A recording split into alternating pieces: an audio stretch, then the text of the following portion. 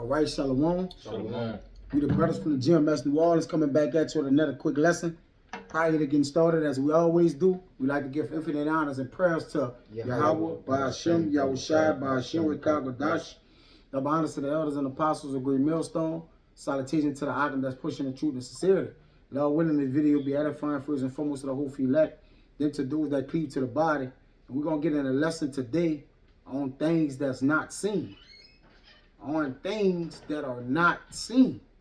All right, because many people take the natural, okay, and they tend to not understand that which they don't see, but more in tune with that which they do. So the kingdom of heaven is likened unto that which, you know, we can, though we have epiphanies, you know, we have elongated thoughts, all right, we have dreams and visions of what it's going to be.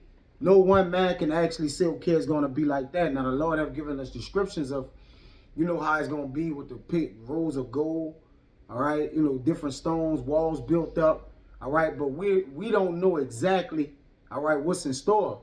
So, but we do pray and hope for that which is to come, all right? And while we wait, we understand what we're waiting for is going to manifest before us, rather than trying to understand the things prematurely, all right, before what? They're given unto us. Because the things we don't understand will be given unto us, man, to understand, like the kingdom of heaven, all right? But there's a waiting process in which we're going to continue to basically develop thoughts about what it's going to be. And that's why Yahweh shall say, I leave here and what? I have prepared a place for you. All right, in my Father's house is many mansions. So what we're about to get, we're about to experience, all right, what we think we're going to get in a what? 1,000,000 times more. But go ahead, brother. It's 2 Corinthians chapter 4, starting at 16. For which we faint not, but though our outward man perish, yet the inward man is renewed day by day. Come on, go ahead. Verse 17. For our light afflictions, which is but for a moment, worketh for us a far more exceeding and eternal weight of glory. Right, we have a far more exceeding eternal weight of glory. All right, which sometimes it tends to, you know, sometimes Jake like, man, you start to try to imagine it, right? And if you have an image of something or you're imagining something, that's not what it's going to be. But you assume like, hey, man, I'm just thinking it's going to be like this and it's like that. And again, your thoughts can carry you away. All right. It's different between having thoughts and actually what? Being in it or actually experiencing it or in the reality of it. It's two different levels of understanding, man. So we have to understand that there's a more exceeding weight of glory. All right. But it's for to come. Go ahead. Verse 18. While we look not at the things which are seen, but at the things which are not seen. So how you see something that's not seen? First of all, you have to have the spiritual comprehension of understanding that the kingdom of heaven, dominion, rulership, riches, all right? You have to have a spiritual comprehension of that, okay? Because, and then the only way you understand that is by way of having that wisdom, knowledge, and understanding of the Bible, man. All right? You can't just start to imagine things. That's why the 2/3 of our people, they can't see this. They're like, man, what y'all talking about is not now. It's not right now. All right? Because they believe in instant gratification. They trying to get instantly rich right here. It's like, man, well, what that got to do with me chasing a bag, man? All right? Many people that have chased bags, they have went out of the way of Yahweh Ba'ashem Yahushai, man. Caused themselves harm. Okay? But for the most part, read that again. It says, while we look not at things which are seen, but at the things which are not seen. For the things which are seen are temporal, but the things which are not seen are eternal. So the things which are not seen are eternal. Want to speak on it? basically made the point. Yeah, that we forgetting, we not looking back on the things that was once behind us, which is the physical things, but our spiritual comprehension, like you said, is allowing us to seek those things in front of us. But I had something too. You was finishing that? Yeah. Come on, go ahead. What would you have? This is Philippians 3:13. It says, "Brethren, I count not myself to have apprehended, but this one thing I do, forgetting those things which are behind, and reaching forth unto those things which are before." Right, because when you got the word destiny, it's fate overruling necessity. So the things we feel a need to see here, right, ultimately leads to the road of the things that we're going to have and get. So your faith should overrule the necessity of things now. Now, we do need things right now. Let's not get that twisted, all right? But your faith is going to be needed to understand the things that we can't see and can't get. That's what's going to be needed, all right? Faith, all right? The irresistible tendency of certain events to come about. That's what destiny is, right? The irresistible tendency of certain events to come about. So there are certain events to come about that's written, it's prophecies in the Bible that basically haven't came to pass yet, right? Which ultimately a lot of those prophecies goes into what? The kingdom of heaven. All right? Salvation, dominion, all right, different things, you see? Got one more verse. Go ahead, you got it. Verse 14, it says, "I press toward the mark for the prize of the high calling of the Most High and Hamashiach Yahushua." Yeah. You read that again? So like verse 14, "I press toward the mark for the prize of the high calling of the Most High and Hamashiach Yahushua." Right. And that mark, all right, first of all, that's that Tawah, all right? Or it don't say that Tawah right there. Get that word mark right there and see what it say. But one of those marks is that Tawah, which is, exempt from judgment, which means salvation, all right? But this same mark, ultimately, that salvation, that mark that you get of the elect or be marked from destruction, gonna ultimately lead into this same mark of this prize that he's talking about, man. All right, but you gotta have that mark. This destiny too, it says also that which is predetermined and sure to come true. So it's sure to come true, but it ain't been what? It haven't been made true yet. So there's still a road to walk. All right, there's a spirit to guide you into it, man. Let me get that in the NLT because it's gonna go into what you just said. It says, this Philippians 3:13 in the NLT, and I'm gonna read down to 14 because that's the point. It says, "No, dear brothers and sisters, I have not achieved it, but I focus on this one thing, forgetting the past and looking forward to what lies ahead. I press on to reach the end of the race and receive the heavenly prize for which the Most High through Yahushua HaMashiach is calling us." Yeah, that was an undeniable destiny that Paul had. All right, it was inevitable. All right, because if you press on towards that mark or that prize, you inevitably gonna get the crown. Meaning that's just what it is. And it says destiny, another one of destiny, what is to befall any person or thing in the future. So it's things to come, right? We live today to ultimately exist in the future, man. All right, but we're what? We're putting that life in the spirit, which are these words. These words are life and spirit, which gonna lead and guide us into what? The ultimate prize. Go ahead. Yeah, I got that word marked for you too. Go ahead. Strong's G 4649, Skapas. Yep. Skapas.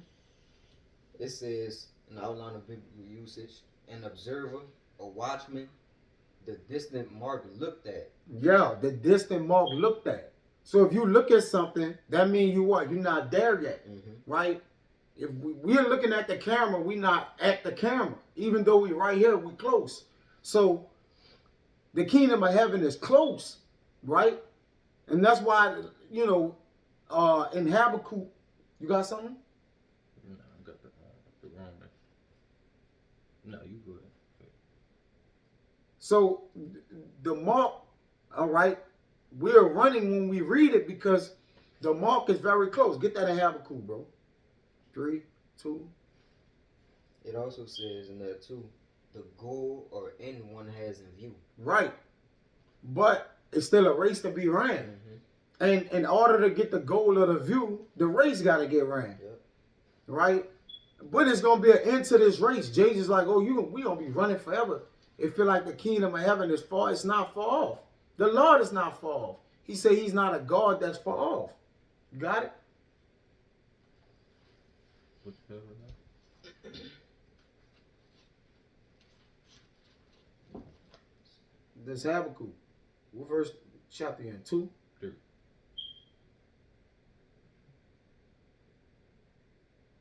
Yeah, 2. Well, 2, start from the top. It's the book of Habakkuk, chapter 2, from the top. I will stand upon my watch. And what it just said, I just said something about watching or something you had mentioned. It said an observer, a watchman. Yeah, an observer, a watchman. That's the word for mark. Yeah, that's the word for mark there. All right? Which that's the only way for you to get the why. You got to be vigilant, sober, all right? Which means what? Watchman on a watch, doing the work, all right, of an evangelist, making full proof of that ministry, man. All right? The only way you get to the future is you got to get past the present, man. All right? Go ahead. You got to live past the present, okay, in order to exist in the future. Salaki, go ahead. And set me upon the tower, Mm-hmm. and will watch to see what he will say unto me. Yep. So, being a watchman, you're looking for what the word of the Lord is going to tell you to do, which we have been doing that. All right? You know, out of wine, right as out, we continue to do it. But we have believed in the word of the Lord because many men like ourselves and other men that's a part of this thing, they have ran, all right, when they heard this word. They have what? They believed it. So when you believe something, you watch over it. Go ahead. And what I shall answer when I am reproved. Go ahead. And the Lord answered me and said, write the vision and make it plain upon tables, that he may run that read it. So once we got this, all right, we begin to run.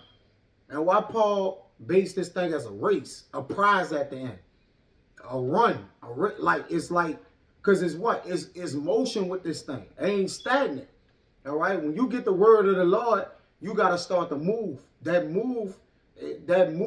Moving is like changing your life, your dietary laws. All right. Becoming brotherly, learning how to get the word of truth, learn the milk, teach. All right. All this is in moving. This will help you run that, read it. That's why you can't just read this and stand still. The spirit won't allow you to do that, man. There's a spirit that dwells in us that makes us move, live, and have our being, man, which is the spirit of Yahweh Bashim Yahushai. Okay? So when the vision came into Habakkuk, he told Habakkuk, make it plain upon tables that he may run that reading it, man. All right? And that word, I believe that word read it, is this the same word that's in blessed is he that read it? Revelation 1 and 3. Let me see. Start to discern or believe. No, I don't think it's it. It's Quara. It says, Strong's H 7121. Kara. Yep. Kara. It says to call out, utter a loud sign, the trumpet. All right? Which lets you know it's time to what? Get up and go. Okay? Call to cry, read aloud, to summons, appoint. All right? You see? To be called out, to be chosen. You see? Mention, preach, proclaim, publish. All right? So, yeah. When you read this thing. All right, it's time for you to do those things which I just mentioned. Go ahead to the next verse. Verse 3.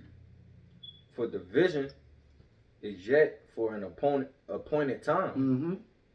But at the end, it shall speak Yeah, and not lie. It's appointed time. So it would speak, all right? And when something is appointed for you, all right, you're going to make it there. The Lord set an appointed time or appointment or a date with you to either be saved, destroyed, or whatever it is. There's no way to avoid that. That's unavoidable. Go ahead. I'm going to go back a little bit. But at the end, it shall speak and not lie. And we at the end. This word is speaking. All right? It's not lying. You can see it. Okay? Through many, you can see this through many visions that the Lord have put upon you, man. You can just see it through the world. All right? The falling through of the world, the famine of the word, the sin, the increase of sin and wickedness. Okay? You can see that this vision is speaking, man. All right? It's speaking. But it's not terroring. It will surely come. So what there is to come, we have to come unto. You see? That was it, bro. You got more? That verse? It will not tarry. You read that?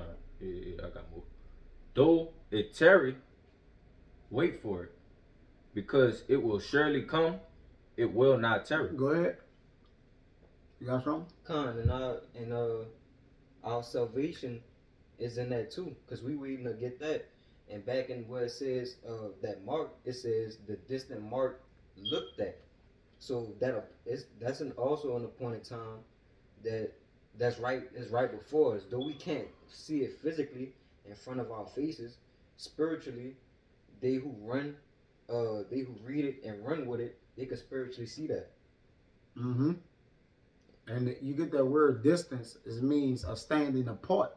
So there's something standing apart between what is there to receive, right? And then what we have to do. And in that distance, it's not going to be pretty. So Jake just like, I'm just waiting for the kingdom. It's like there's work to do, right? It says in Matthew that the harvest is plenteous, but the laborers are few. So there's a lot of work to do. So while you doing work, all right, you still have to walk out the time and distance which the Lord have allowed it in your life for you to do the things you need to do.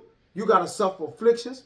All right, Paul was called to the ministry to work and to get that crown, like he said, as a crown laid up for him and everything he had to do.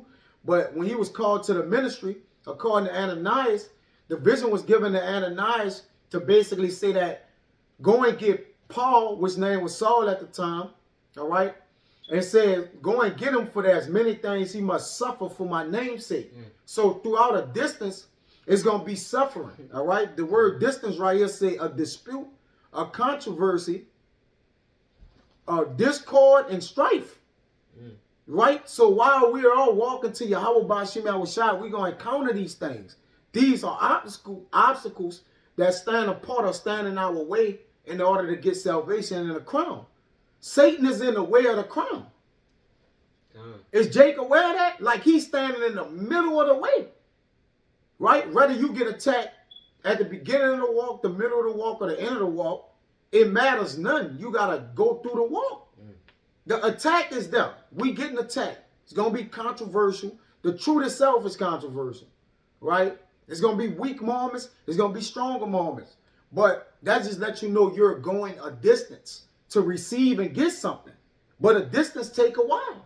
Yep. You don't just get there, all right, speedily, all right, or rapidly. There's things to encounter that hinder you from getting to the point. You see? There's something that's keeping you apart in space. All right? An extent of space between places. Okay? I got something for you. Apart, a field of vision, which Paul had a field of vision because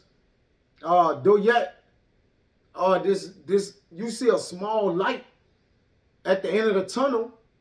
There's an end of the tunnel. It's just that you gotta You gotta tarry there to get there. Yep. So Paul had the field of vision on him. All right, he was anointed with the field of vision so he can see and where he had to get to his to his destination. Go ahead, bro. And you mentioned something about sufferings. Yep. In the same chapter, Philippians 3:8, it says, "Yeah, doubtless, and I count all things but loss for the excellency of the knowledge of Hamashiach Yahushua, my Lord, for whom I have suffered the loss of all things, and do count them but dung, that I may win Hamashiach."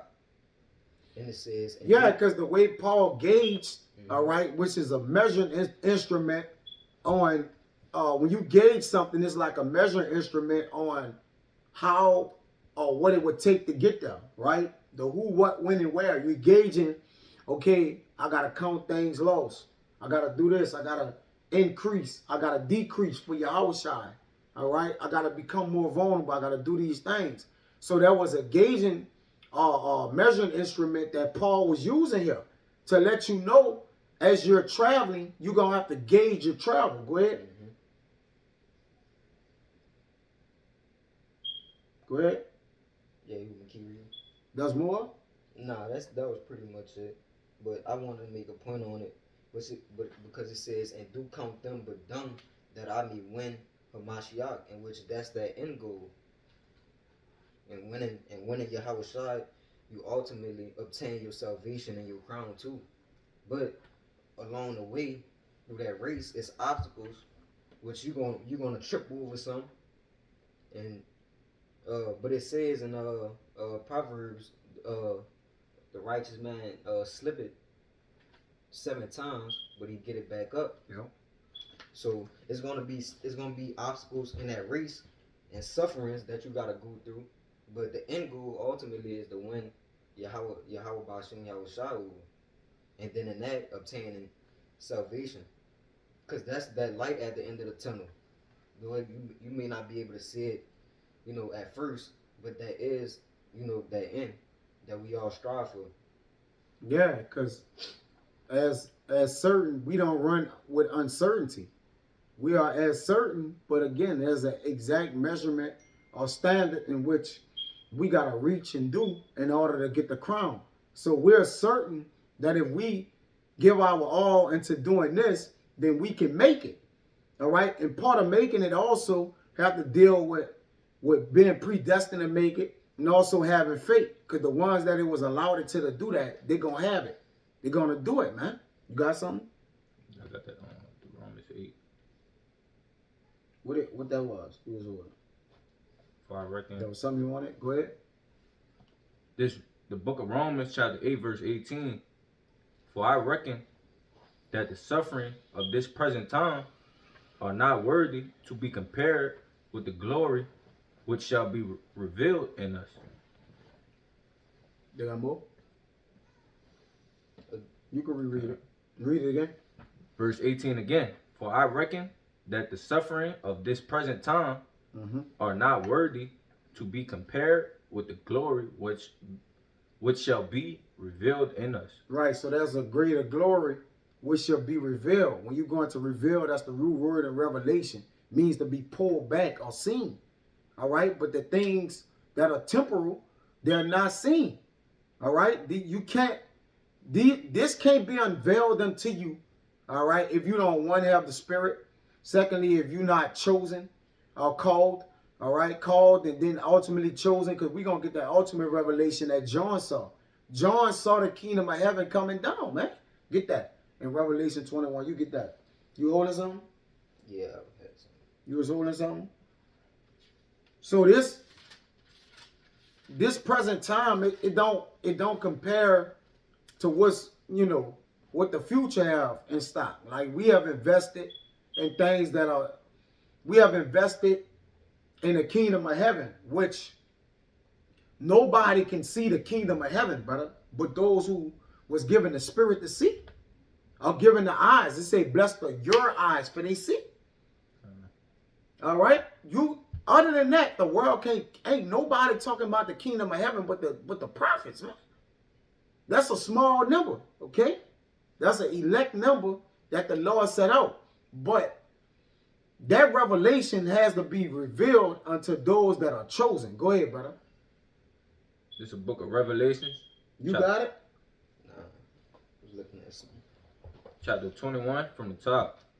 And I saw... That's all you had? Yeah, pretty much it. And I saw a new heaven and a new earth. For the first heaven and the first earth were passed away, and there was no more sea. Verse 2.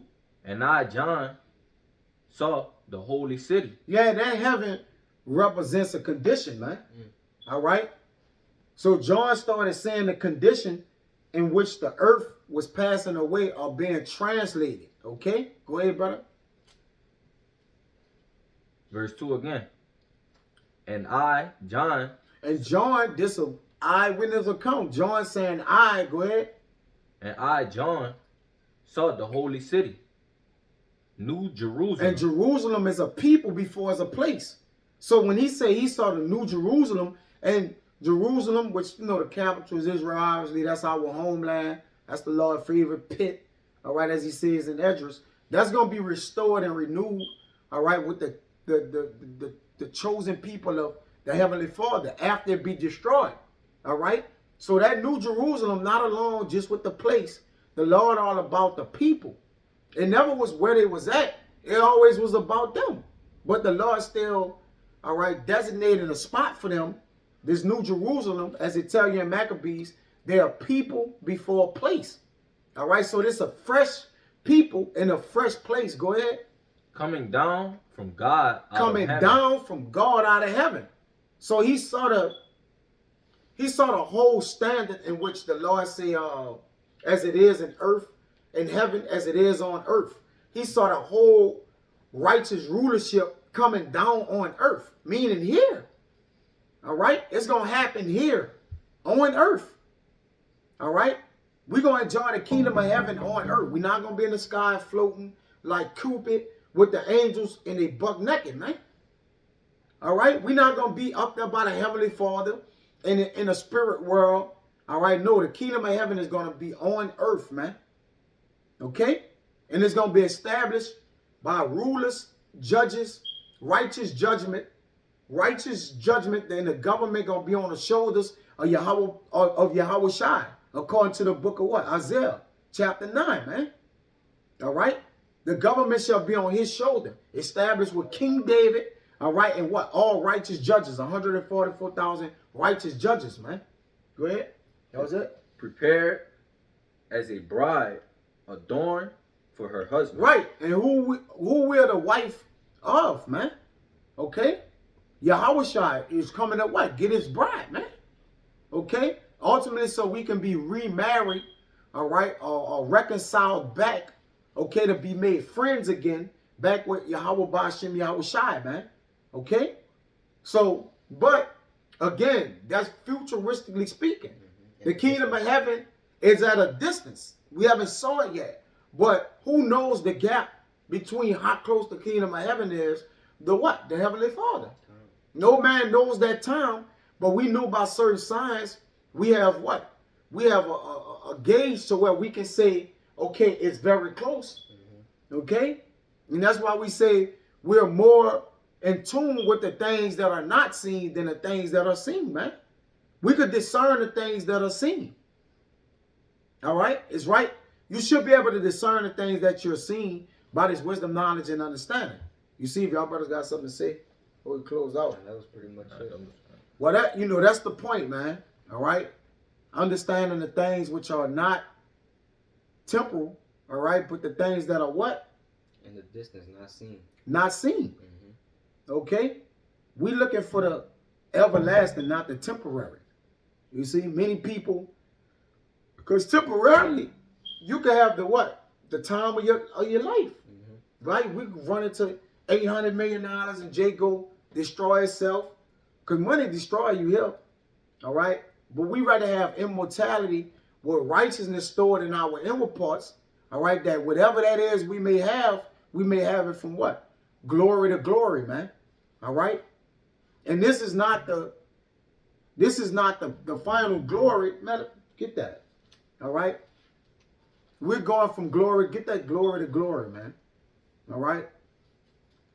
Because believe it or not, this is a glory because the Lord have given us this in earthen vessels. Get that. All right? He have given us this knowledge in earthen vessels. So that's a glory unto itself, man. The mortal man can't receive this, bro. All right?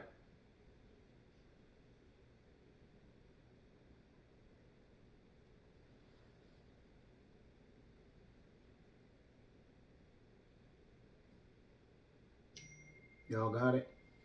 The 2 Corinthians 4:7. Yeah, I got it. You want that one right now? No, wait, no. Which one it is? That one, how are you guys?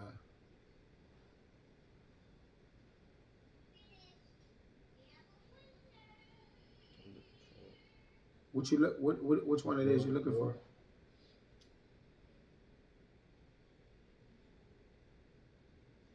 Go ahead, read that one.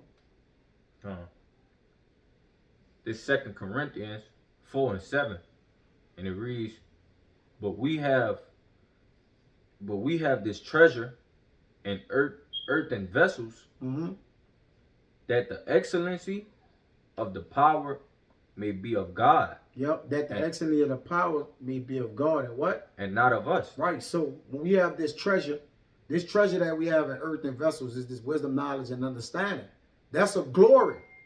Whether Jake want to say it or not, yeah, the ultimate glory is when we get the kingdom of heaven and we are in our new bodies and the laws is established in our inward part. But this is a glory too. All right? No one looked upon us and say like, damn, they fought even the angels to show you this a glory. All right?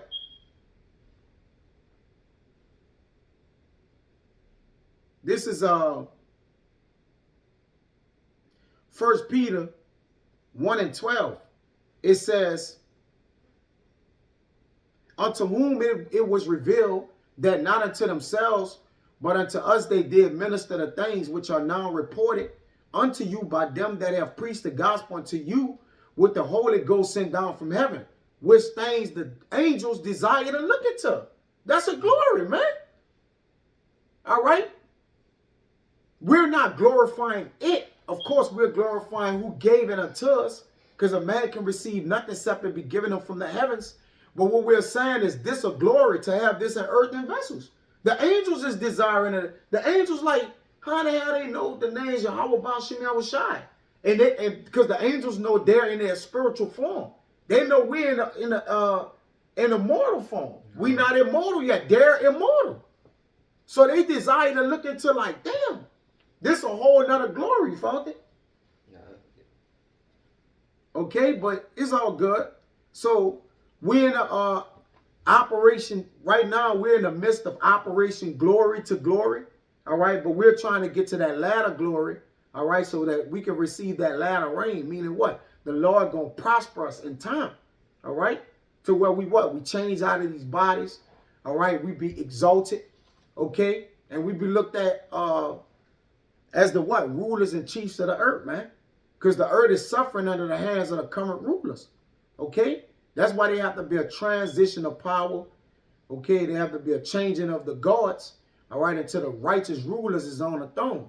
Other than that, as it says in what Proverbs 27, when the wicked is in authority, the people mourn. All right? But when the righteous is in authority, the what? People rejoice.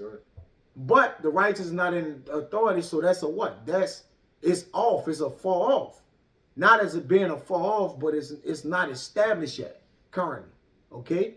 So the whole goal is to keep your eyes on what's not established versus what's established. Okay? So I don't want to rock the Zada was edifying, man. Till next time, won't give infinite honors and prayers to Yahweh, Ba'Shem, Yahushai, Ba'Shem, Rekabadash.